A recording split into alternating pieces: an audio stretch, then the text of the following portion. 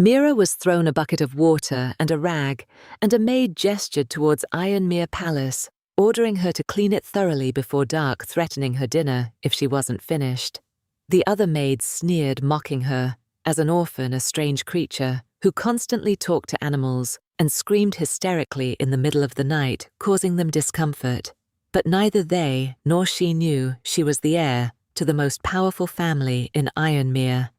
They dumped the unwanted cleaning job on her at Ironmere Palace, a place the servants rumored to be haunted and eerily dark.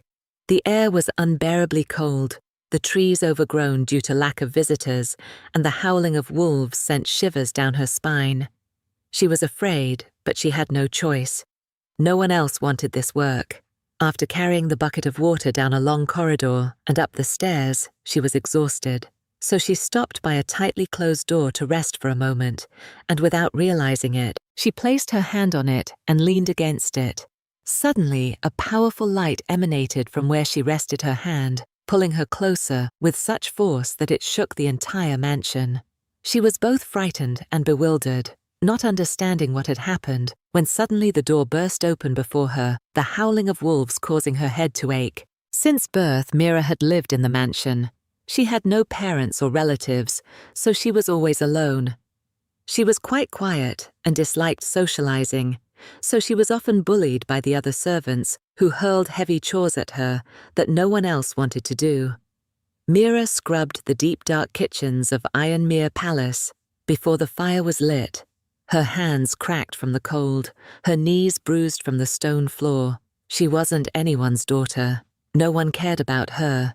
She had lived within these walls before she could remember, and no one had ever asked her how she got here. But strange things still happened around her. Silently. Rusty locks loosened as she stepped over them. Stuck chests sprang open when she touched them. A hawk, trapped in a cage, fell silent the moment she pressed her finger against the bars, ceasing its flapping wings and staring at her. The other maids chuckled. King Alph did not. He had been watching her from higher corridors than he would admit. He had been there the morning she knelt in the snow to free a wounded wolf from its tangled ropes, alone, unhurried, fearless. He had been there the evening another maid spilled her dinner on the floor, and she said nothing, just cleaned up. Her silence made him uneasy. Always.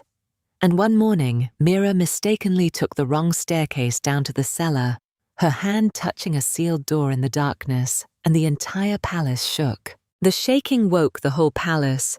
That's important to understand.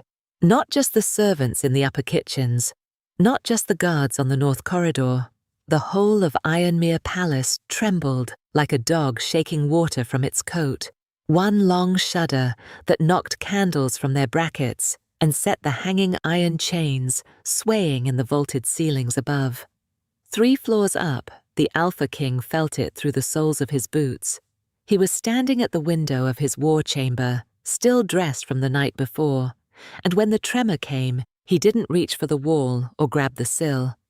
He just went still, the way you go still when something you've been waiting for all your life finally announces itself. They found her in the undercroft. She was standing with her back to the staircase, both palms flat against the sealed door, the great door of black iron and bone-white stone that has stood in the deepest chamber beneath Ironmere since before anyone alive could remember. Nobody had sent her there. Nobody had told her where it was. She'd taken the wrong staircase, she said later, when they asked. She'd been carrying an empty lamp following the draft, that's all. But her hands were on the door, and the door had not thrown her back. It had not burned her or bled her. The iron was warm to the touch, she said, warm the way a hearthstone is warm after a long winter fire, and the door was trembling. There is a carving above that door. The stonecutters who chiseled it are 9 generations in the ground, and every king since has had to decide what to do with what it says. Most chose to do nothing. You don't tear down words carved into a wall you can't open. The inscription reads exactly this: only the blood that sealed it may unseal it. 9 generations of scholars have argued over what it means. 9 generations of warriors have swung hammers and axes and mounted iron battering rams against it. Mages were brought in at least twice by the 3rd generation.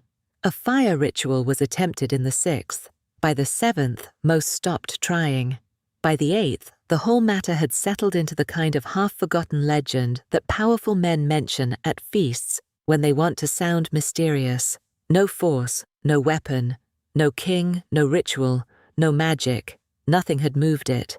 The door simply stood, patient, sealed, waiting for something that never came, until a scullery girl with no last name took the wrong staircase in the dark. Elder Yannick was the first of rank to reach the undercroft. He came with a lamp in one hand and 2 palace guards at his back. And when he saw Mira standing there, still unhurried palms against the iron, he stopped so fast, one of the guards walked into him from behind. He was not a man who startled easily. He'd served 4 kings in his lifetime. He'd survived 2 succession wars without losing a night's sleep. He'd once stood unmoved at a hanging in midwinter and eaten his supper an hour later without a word. But he stood there at the bottom of those stairs and looked at her, and she could feel the weight of his gaze like a stone laid across her shoulders. She didn't move. She wasn't sure she could. The door hummed against her hands, a low, steady note, barely audible, more vibration than sound. And pulling away from it felt about as natural as pulling away from a fire on a frozen night. By the time the Alpha King arrived, there were 20 people crowded at the top of that staircase, servants' guards, 2 senior wardens, and a palace scribe who'd been awake all night anyway and had ink on both hands. Darren came down the stairs alone. He told them all to wait above. He stood in the doorway of the Undercroft chamber for a long moment, taking it in, the sealed door, the inscription above it, the lamplight casting everything in shades of amber and shadow, and Mira at the center of it, her cracked hands flat against iron that should have been cold and wasn't. He looked at Elder Yannick. Elder Yannick had nothing to say for once in his life. Darren told her to step back. She did. Slowly. And the door, which had not moved in 9 generations, swung open. Not with a bang. Not with a crash or a rush of wind or any of the things you'd expect from a door 9 generations of kings couldn't breach. It simply opened.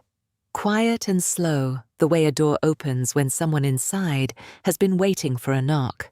The black iron moved on hinges that shouldn't have worked anymore.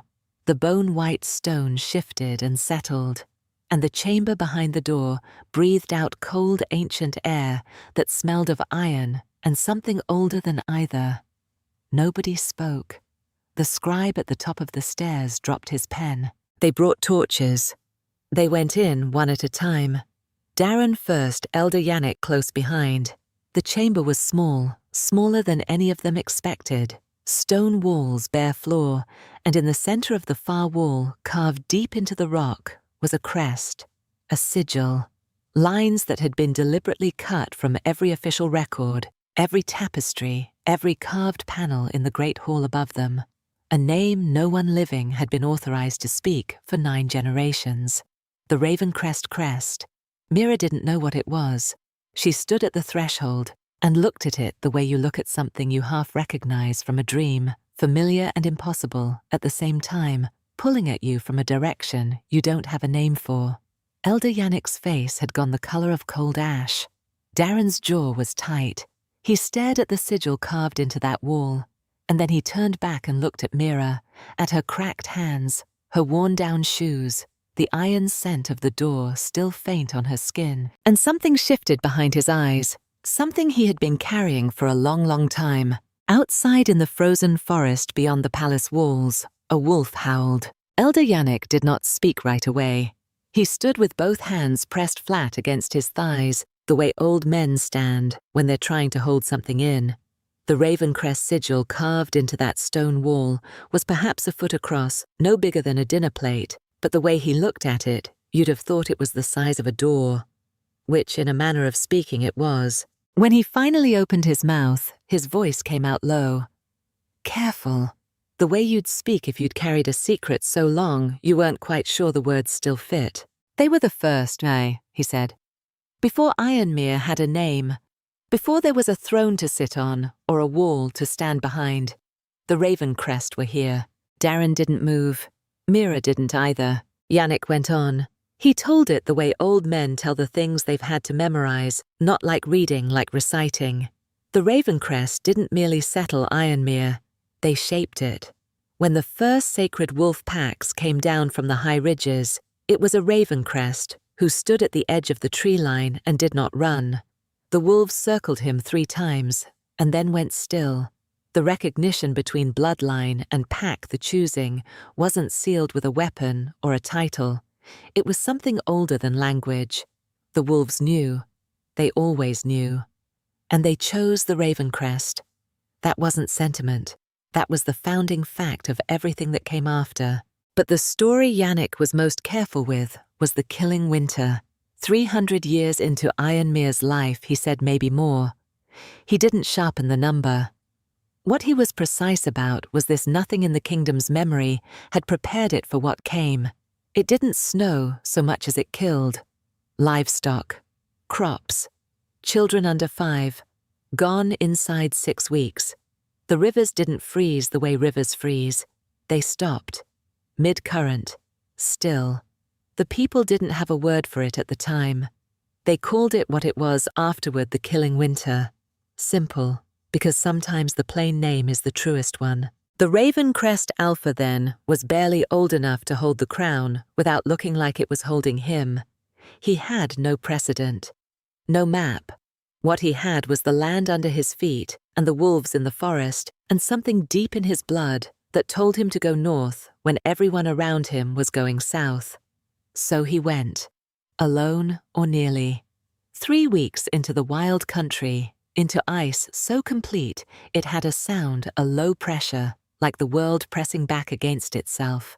When he came back with every wolf pack within 100 miles, running at his side, driving the cold out of the frozen places, breaking whatever had sealed the land against its own life. It broke. Ironmere survived, and the memory of what the Ravencrest had done was supposed to last forever. It didn't. She could feel the weight of that standing in the doorway, the distance between what was supposed to last and what actually did. Mira hadn't stepped fully into the room yet. She was still at the threshold. Some part of her understood, in the wordless way you understand things, before you've thought them through, that once you step into something, you can't unstep. The thing owns you then, or you own it, and either way you're not free in the same way you were a moment before. Yannick turned and looked at her. Just looked.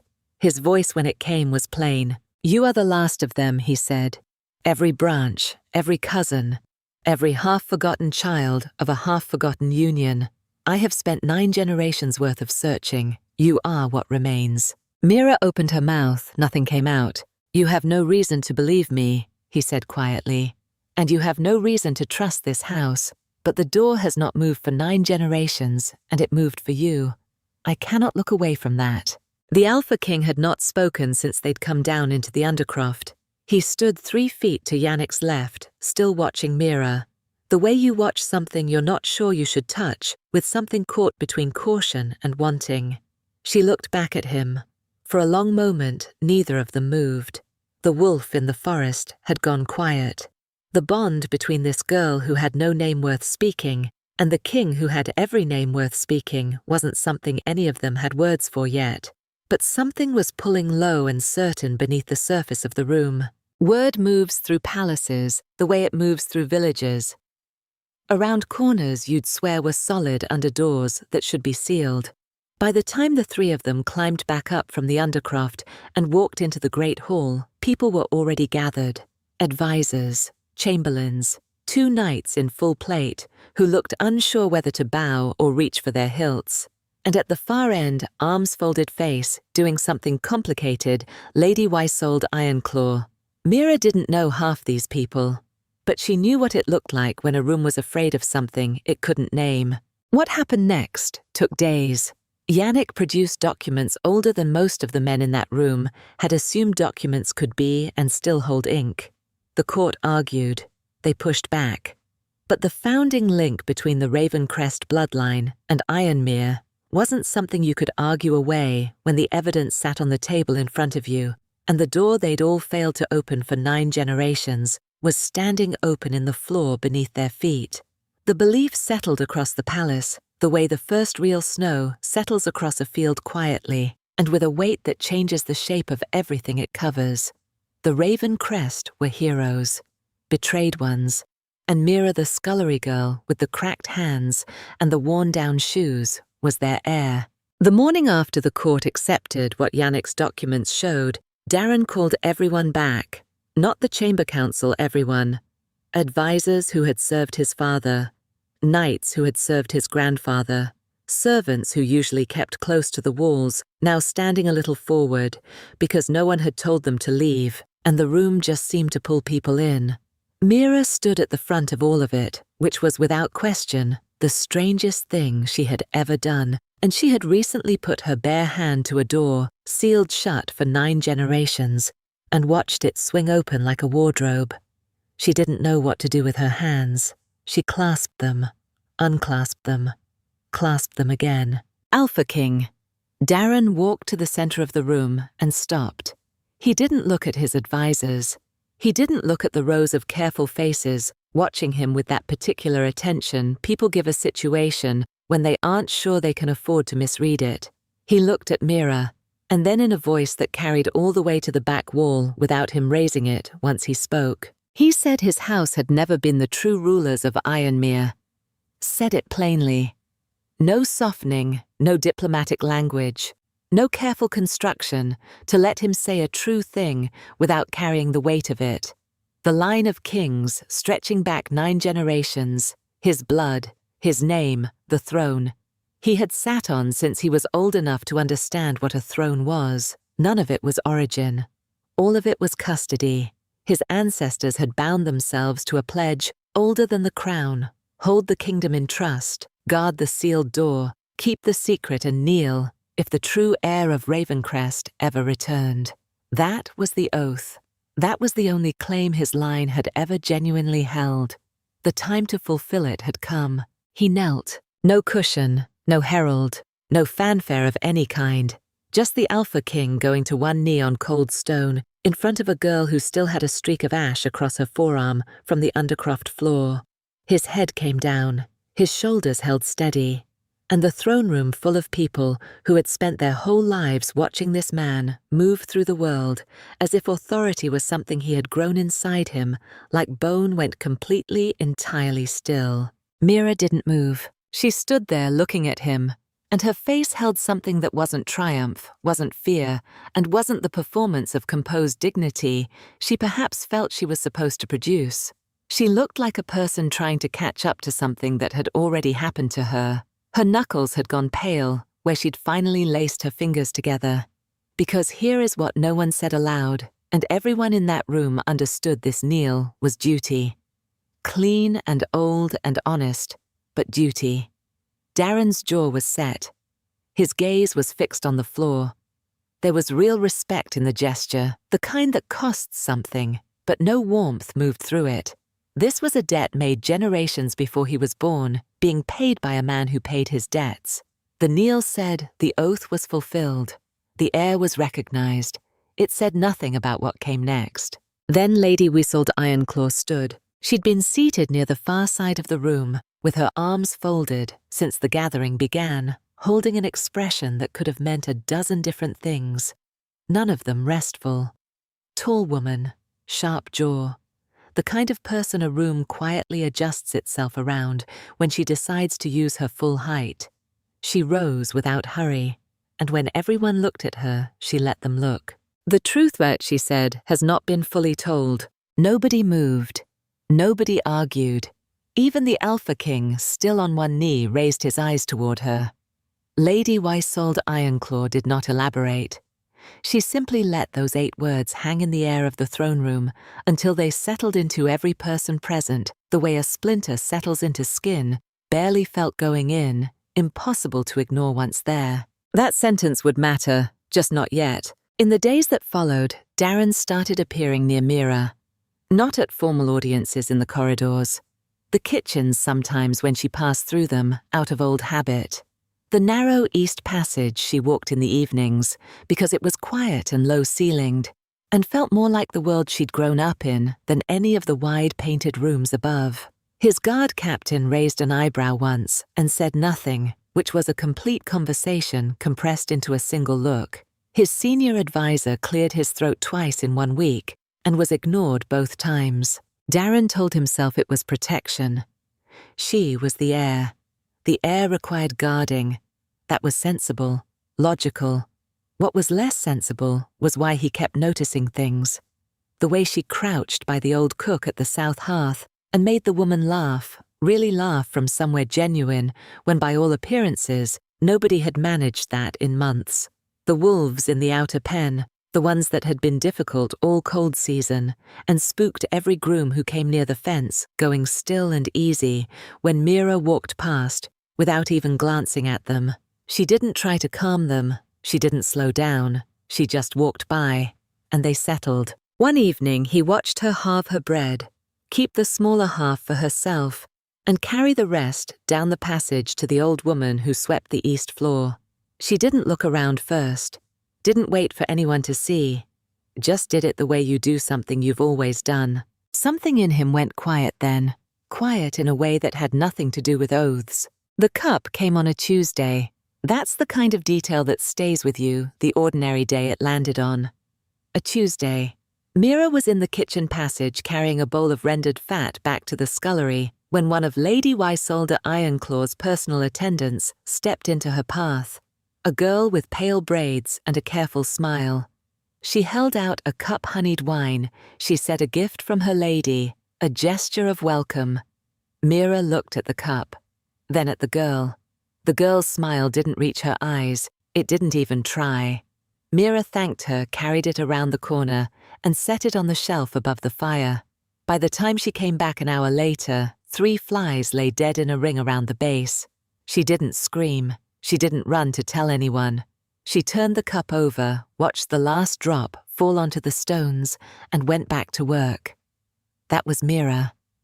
That was who she was even then, before any of them understood what she carried in her blood. She wasn't dramatic about danger. She didn't make it a statement. She just walked through it the way she walked past the nervous wolves in the outer pen, without ceremony, without flinching, without needing anyone to witness it. But Lady Wysolder Ironclaw wasn't finished. She was too careful for that, too disciplined in the long patience she'd built over decades of court politics. She'd waited out crises before. She'd outlasted men who thought they could move her. One failed cup wasn't going to make her retreat, it was going to make her precise. Within 2 nights, 2 hired men appeared in the servants' corridor near the east stair, men who didn't belong in those walls. Men with the look of paid blades wrapped in stable cloaks and borrowed purpose. Mira heard boots on stone. She didn't wait to see their faces. She ran into the only direction still open down and back through the narrow corridor that curved behind the old Ravencrest Hall into the deeper part of the palace where the stone changed color and the floor sloped and cold came up through the seams between the flags. She could feel the dark pressing in as she moved her palm flat against the wall to keep direction, her breath tight. She turned a corner, hit a dead end, and then, because sometimes the world is trying to get your attention, her fingers found not solid stone, but a seam, a narrow frame. She pushed. The door swung inward on hinges that barely whispered, like they'd stayed ready for exactly this moment. Behind it was a room no bigger than a storage cell dust, thick on every surface. A broken chair, a rusted candle holder tipped sideways on the floor, and on the far wall, carved in worn but unmistakable strokes, the Ravencrest crest, flanked by the old wolf sigil, 7 stars arranged in the shape of a running pack. She stood in the dark, the sound of boots fading behind her, and stared at her own family's mark on a wall that no living person had known was there. When Darren found out within the hour, because the guards who caught the 2 hired men brought them to him directly, the room he was standing in seemed to get smaller. His chief steward laid it all out. The lords were splitting. Half of them were coming around to the restored bloodline, Some from genuine honor, some because they read the wind and didn't want to be on the wrong bank when the river turned. But the other half had built everything they owned under the standing order. Titles and land and alliances, debts called in, and favors stacked across 9 generations of the sealed door staying sealed. Mira's existence didn't just complicate their world, it threatened to unmake it. Lady Isolde Ironclaw hadn't moved openly yet. She was too careful for that. But she was moving. She had the ear of 4 powerful lords and the patience of someone who'd spent a lifetime watching other people act too quickly and pay too dearly.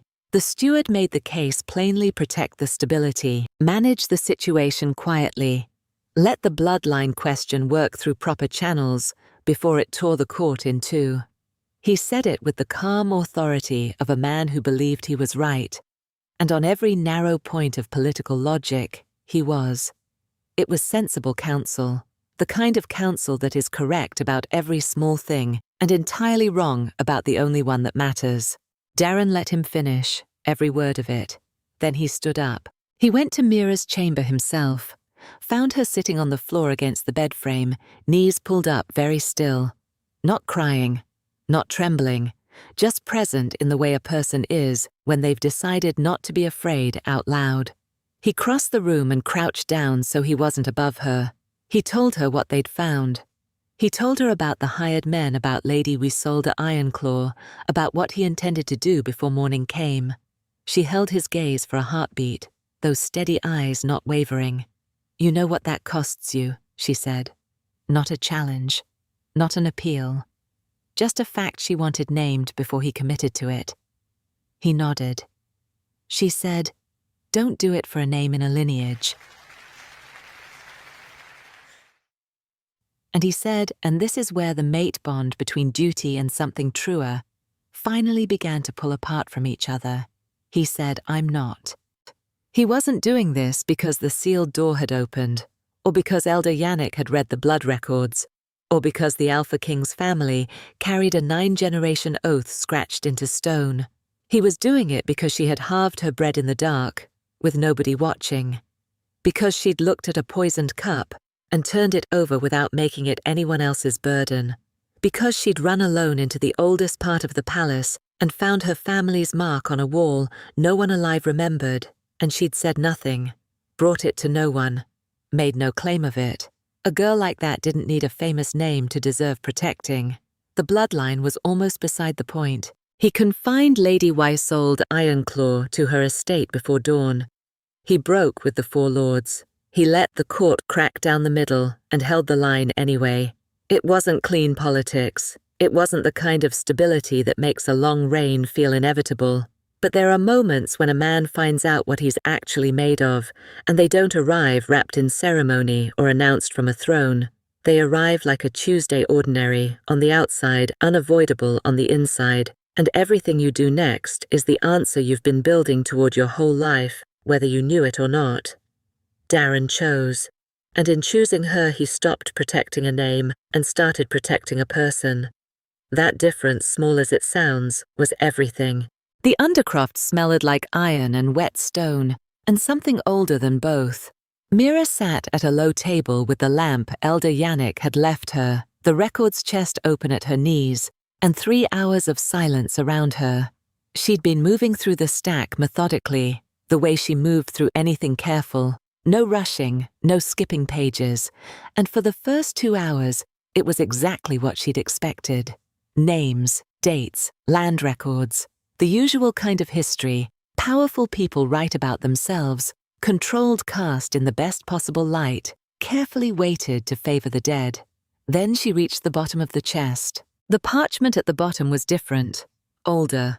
The ink had faded to brown in places and gone black in others, where someone had pressed the quill too hard, the strokes thick and urgent. The handwriting wasn't ceremonial. It was fast cramped, the kind of writing a person does when they're trying to get everything down before they lose their nerve or their nerve gets them killed. Mira held the lamp close.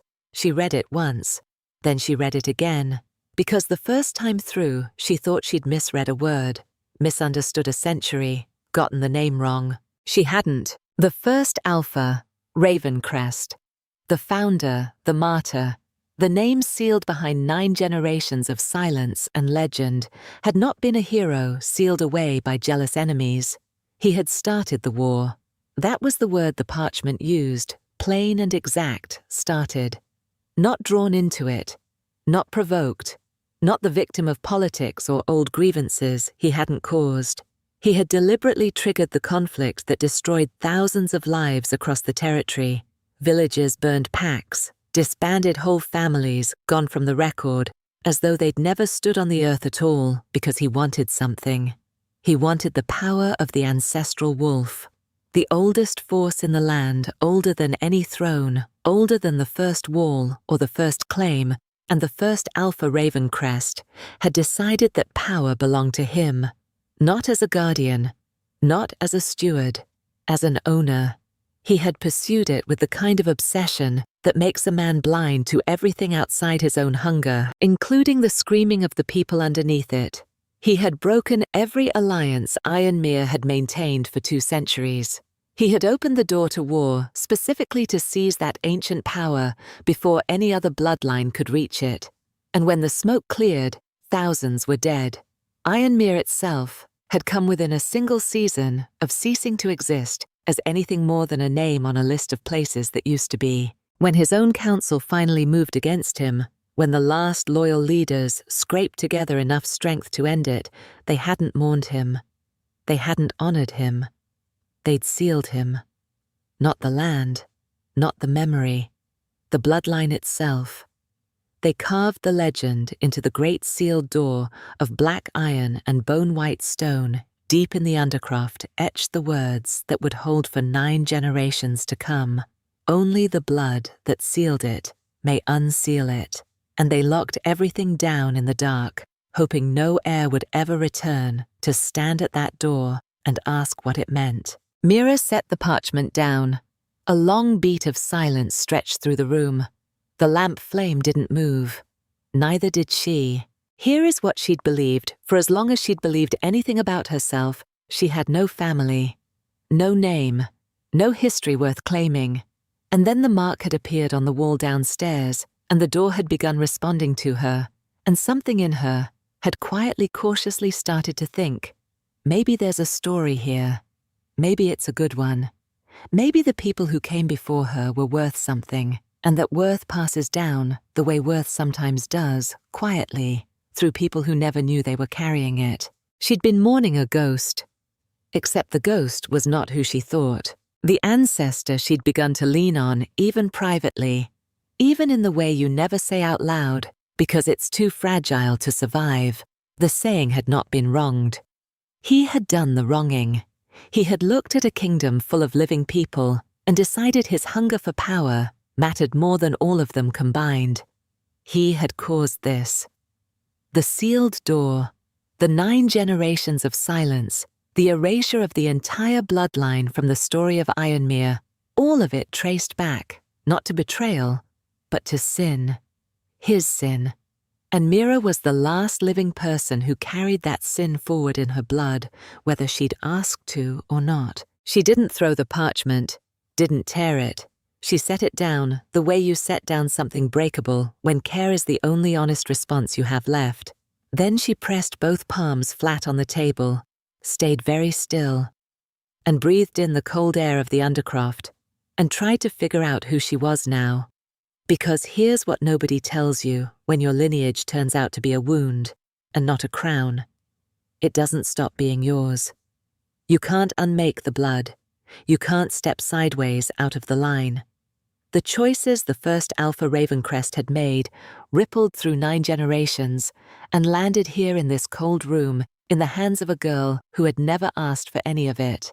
And she was going to have to decide what to do with what she knew, not just about him, but about herself, about whether the root determines the fruit forever, or whether a person could stand at the bottom of a terrible inheritance, look at every broken thing around her, and choose to build something different from the rubble. She left the undercroft before dawn, didn't remember climbing the stairs.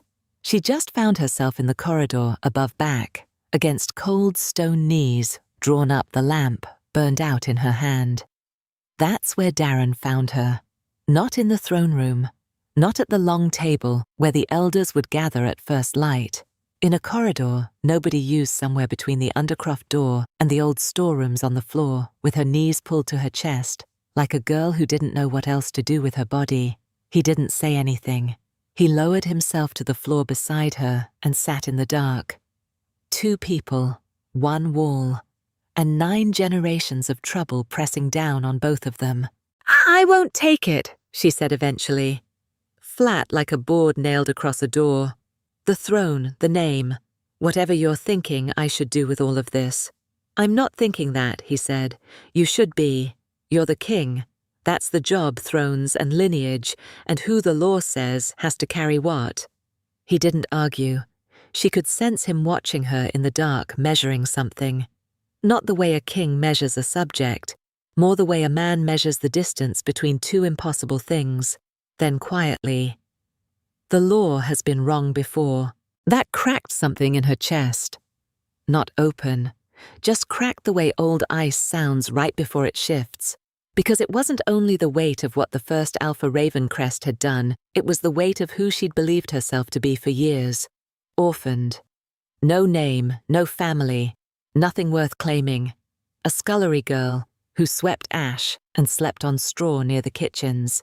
And now the girl with no name had a name, and the name was a catastrophe. She didn't know which version of herself was worse to carry. Neither option felt like something you could stand up inside. "He helped destroy people," she said. Her voice didn't break, but it wanted to. "The parchment at the bottom of that chest, the one nobody burned, it says he made a choice that nearly unmade this whole kingdom. They sealed the door to hide it, buried him as a hero so nobody had to reckon with what he actually did. And now I'm supposed to walk into the throne room and let people bow to the Ravencrest name like it's something worth honoring/no," Darren said. Just that word, plain as a stone dropped on a floor. She looked at him. "You are not responsible for what your ancestors did," he said, "only for what you choose to become." She sat with that for a heartbeat. The corridor was cold, completely still. Somewhere above them, Ironmere Palace was beginning to stir the far-off ring of metal from the kitchens, a door swinging shut, boots crossing flagstone. Life carrying on completely oblivious, while everything underneath it shifted. "You knelt to me," she said quietly. "Down there. You knelt because your family swore an oath to the bloodline. Yes. Would you kneel if I had no blood? If I was just a girl from the scullery with no parchment, no sealed door, no 9 generations of anyone?" He didn't answer quickly. She respected that. Kings who answer too fast decided before they listened. "I don't know," he said, "but I know what I'm looking at right now, and right now has nothing to do with whose blood runs where." She didn't know what to do with that, so she set it aside for later when her hands had stopped shaking. She got to her feet, pressed her back against the wall, stood. "I want to speak to the court," she said. Darren looked up at her from the floor. "That will not go well." "Probably not." She picked up the cold lamp and turned it over in her hands. "But I'm not going to stand in front of your people and let them decorate a lie. He wasn't a hero. They built a legend on top of what he actually did, and a legend like that is a kind of theft. It takes something real and buries the truth inside it, so nobody has to feel the weight of what actually happened. He helped cause the catastrophe. He made the choice that got the door sealed. That's the truth. And the people of this kingdom have been bowing to a version of that story that protects the crime." She glanced toward the undercroft door, then back at him. "Let the name Ravencrest be complicated. Let it be what it was. If I'm the one who came after, I owe them the real account, not the version that makes me sound noble. The real one." Darren rose. He uncurled from the floor, stood and looked at her across the dark corridor, in a silence that had weight to it, the kind that fills a space without making a sound. "Then I'll stand beside you when you say it," the Alpha King said. Something in her settled then. Not all at once, but it settled the way a stone settles at the bottom of deep water, all the way down, quiet finally, on solid ground. She wasn't choosing the Ravencrest name because the bloodline demanded it. She wasn't walking into that hall because someone had knelt and made it inevitable. She was walking in because she couldn't live in a kingdom that had never been told the truth about its own foundations. That was the choice. And maybe that choosing made in a cold corridor before dawn, with no witness except a king who hadn't slept either, was what being a true heir had always meant. Not the blood, not the sealed door, not 9 generations of legend built to protect what could not be unsaid. The choice, just the choice. Dawn came grey and reluctant over Ironmere. Mira had asked Darren not to announce her, no herald, no formal summons, just open the doors and let whoever was awake come hear what she had to say. He'd looked at her for a long beat, then nodded and gone to find the steward.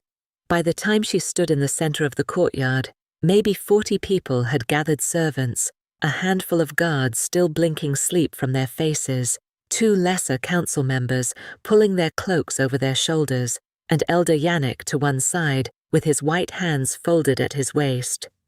Lady Ysolda Ironclaw stood a step behind him. The expression she wore wasn't surprise, it was something closer to dread. Mira didn't climb onto anything, no dais, no elevation. She stood on the flagstones with her boots wet from the morning frost, and let the silence stretch until it pulled every face toward her. "I'm going to tell you something," she said. Not loud, but it carried. About the Ravencrest line, about who they were. And I need you to hear the whole of it, not just the part that sounds like legend. She said it flat, without apology. The first Alpha Ravencrest was not a martyr. He was not innocent. He was not a hero betrayed by cowards and politics. He made a choice, and that choice nearly broke this kingdom from the inside. The catastrophe that almost destroyed Ironmere 9 generations ago. A beat. His hands were on it. The bloodline was sealed, not to protect the Ravencrest. It was sealed because of what one of them did. A serving woman in the crowd, older grey braid over one shoulder, had tears sliding down her face and didn't seem to know it yet. Mira kept going. "I know what this costs. I know what you were raised to believe. And honestly, I understand why someone would want that story to stay clean. I wanted it to stay clean. I stood in the Undercroft and read the truth with my own hands. And there was a part of me." She stopped, swallowed, started again. "There was a part of me that wanted to fold that parchment back up and walk away and be no one. Go back to the scullery, never say a word." She looked at them, every one of them. "But you can't build anything real on a buried truth. You just can't. What's hidden doesn't stay hidden. It comes up through the floor in your water, in your walls. 9 generations of secrecy. For what? So a name could sound noble. I'd rather carry a name that means something honest." Nobody spoke. The courtyard held them all in its frost, and its silence, the kind of quiet that comes when people have heard something they'll be turning over in their minds for years. Something in her knew she'd said what she came to say, and it felt less like relief, and more like setting down a weight she hadn't realized she'd been carrying her whole life. Behind her, she could sense Darren take a single step closer. No words, just there. That was enough. And then the air shifted. This is the part that's difficult to explain, because it didn't arrive the way things usually arrive.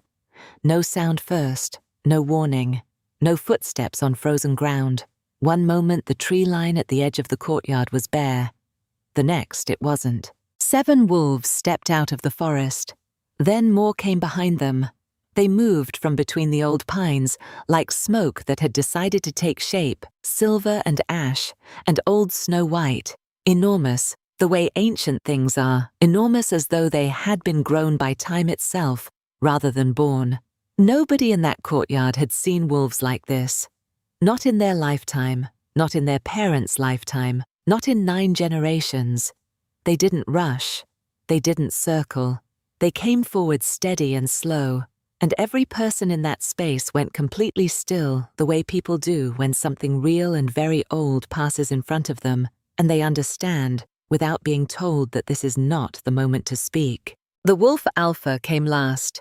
Its coat was pure white, not the white of snow, but the white of something older than weather, something that had no name in the common tongue. It walked past the ring of frozen people, past the council members, and the guards past Elder Yannick, whose unreadable expression had finally broken into something afraid and open, and it came to a stop 3 feet from Mira. It looked at her.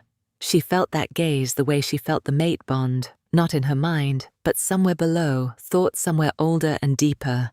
This was not bloodline recognition. It wasn't reading her ancestry like a document.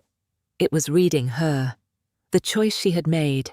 The truth she had told, when the lie was easier and the door back to anonymity was still standing open. A long silence passed between them, wolf and girl frost on the stones between their feet. Then the wolf Alpha lowered its great head. Its front legs folded slow, deliberate, certain, until its forehead came to rest against the frost-covered ground.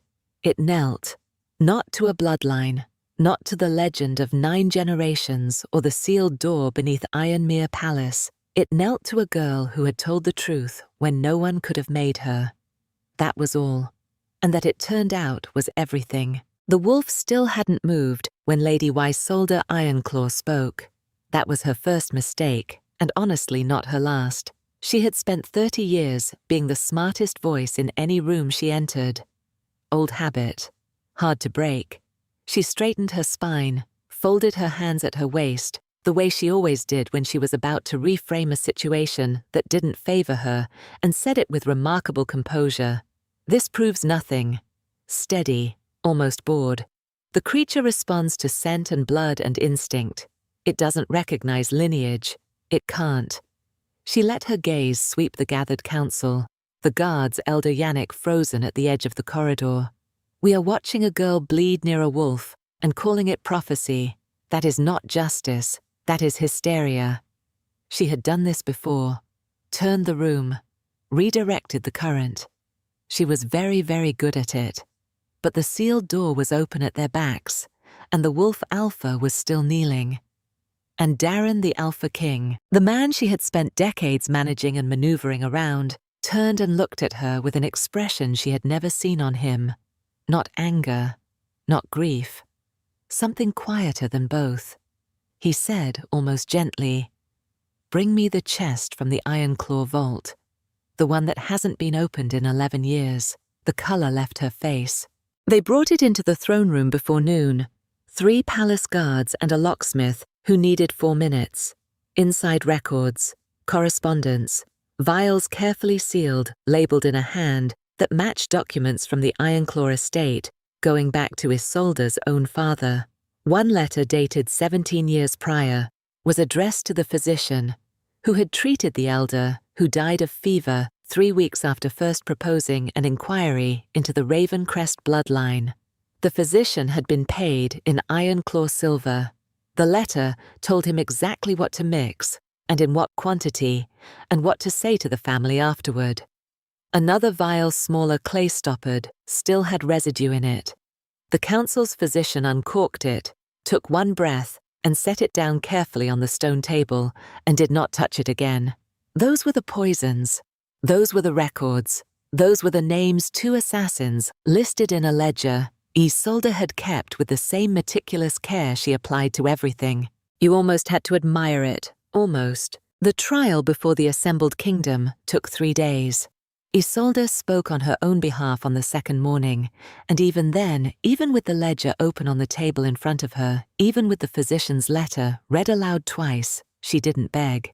She was incapable of begging. She reframed, she contextualized. She told the council, her voice never wavering once, that everything she had done was for the stability of Ironmere. The Ravencrest secret was a fire under dry wood, she said. I kept the kingdom from burning. She believed it.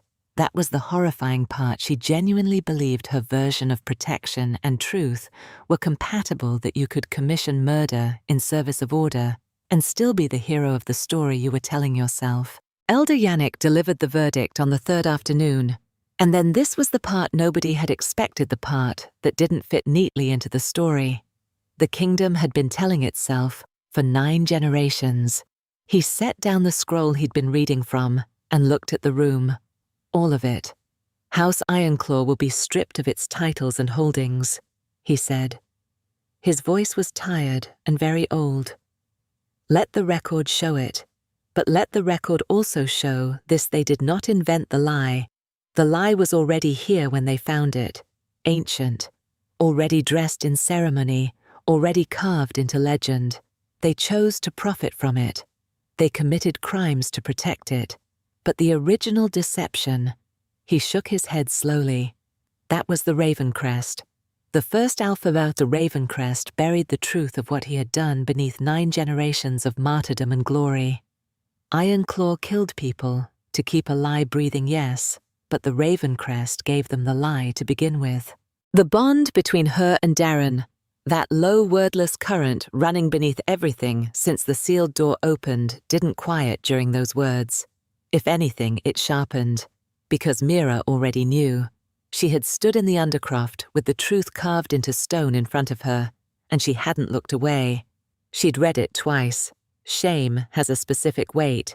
She could identify it precisely because she had carried it herself down there in the dark before she had finally made the choice to speak. Guilt shared is not guilt halved.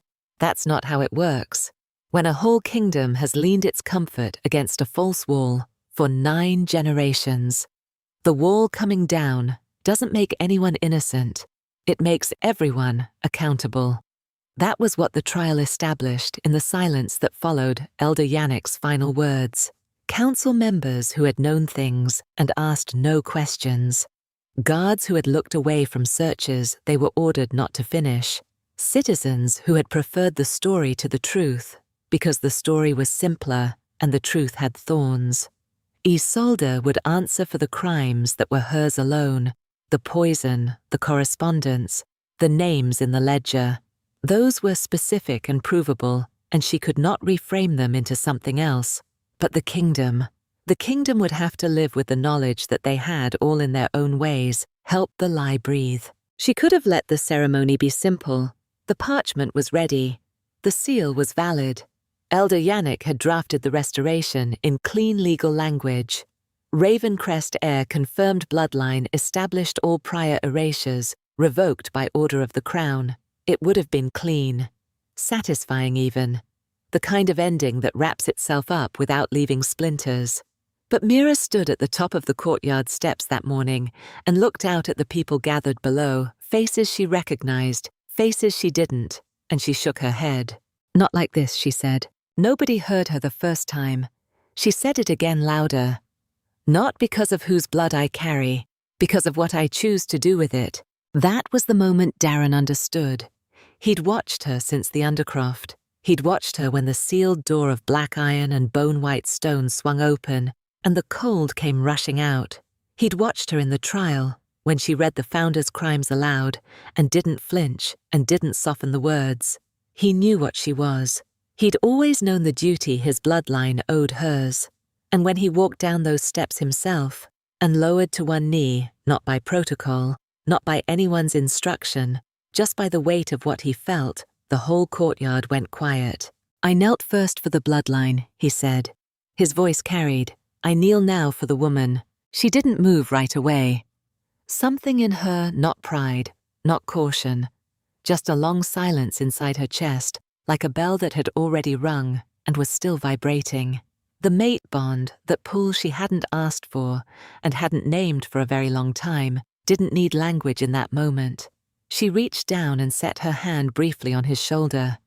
Then she turned to face the kingdom and let Elder Yannick place the crown on her head, not as the restored Ravencrest heir, not as a symbol of something ancient reclaimed, as Mira, the girl from the scullery, the orphan who had carried rendered fat through kitchen passages and untied knots that wouldn't come loose for anyone else. And the chronicle that Elder Yannick sealed that same afternoon recorded it all honestly. Ravencrest was restored. Mira of the Ravencrest bloodline was crowned, and on the same page without softening and without apology, the crimes of the first Alpha Ravencrest were written again. The catastrophe, the deception, the lives that were lost. The sealed door of black iron and bone-white stone in the Undercroft beneath Ironmere Palace that had stood unbroken for exactly 9 generations as a consequence of what he had done. The legend was not erased. It was completed. Only the blood that sealed it may unseal it. And now the world knew why it had needed sealing in the first place. A kingdom that forgets what broke it once will break again the same way. Mira understood that. She would not let it be forgotten on her watch. So here's the thing, if you've been following this story to its end, I want to ask you something directly. Have you ever carried a key nobody else could hold? Have you ever known something true that was going to cost you if you said it out loud? That's where Mira stood, down in the dark hand pressed against cold iron, choosing to open what 9 generations had preferred to leave sealed. That's the invitation. If you'd open the door no one else could open, if you'd tell the truth, even when it cost you the legend, follow this channel. Tomorrow another nobody, the world overlooked, turns out to be holding the whole kingdom's fate. And friend, that nobody might be you.